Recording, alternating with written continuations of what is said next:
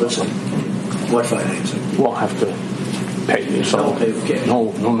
I got no. All right. Are there potential legal issues with what you just heard? Let's bring in Cuomo's court now in session. Ken Cuccinelli, Alan Dershowitz, and Laura Coates. It's good to have all three of you. Laura Coates, I start with you. Your interest in this?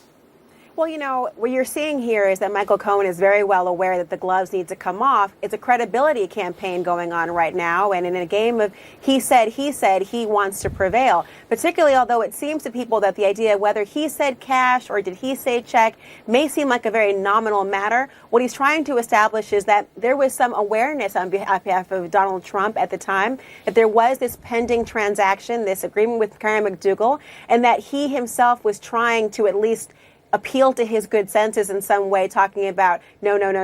And so I think you're seeing this all play out in real time, but certainly the gloves are off. And if you're Donald Trump, you're concerned that there may be additional information that his tape alluded to in the form of all the things in case David Pecker no longer is in charge of AMI. Now, Alan Dershowitz, Professor, even if we take the reckoning of the recording as Lanny Davis, counsel to Michael Cohen, wants us to take it, which is it wasn't Michael Cohen suggesting paying cash. It was Donald Trump. And Michael Cohen said, no, don't pay cash. And then Donald Trump said, fine, use a check. Relevance.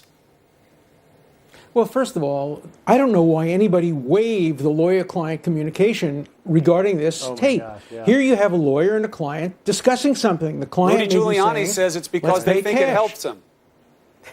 Well, here you have the client maybe saying, let's pay cash. The lawyer says, no, do it by check. And the client comes back and says, I'll do it by check. That's a typical conversation. I've had that conversation a dozen times with clients. And you persuade them to do the right thing. But I think the big picture here is, number one, Lanny is a terrific lawyer. And so there is a real lawyer who is now against Trump, unlike Avenatti and some of the others, a really good lawyer who's on this case.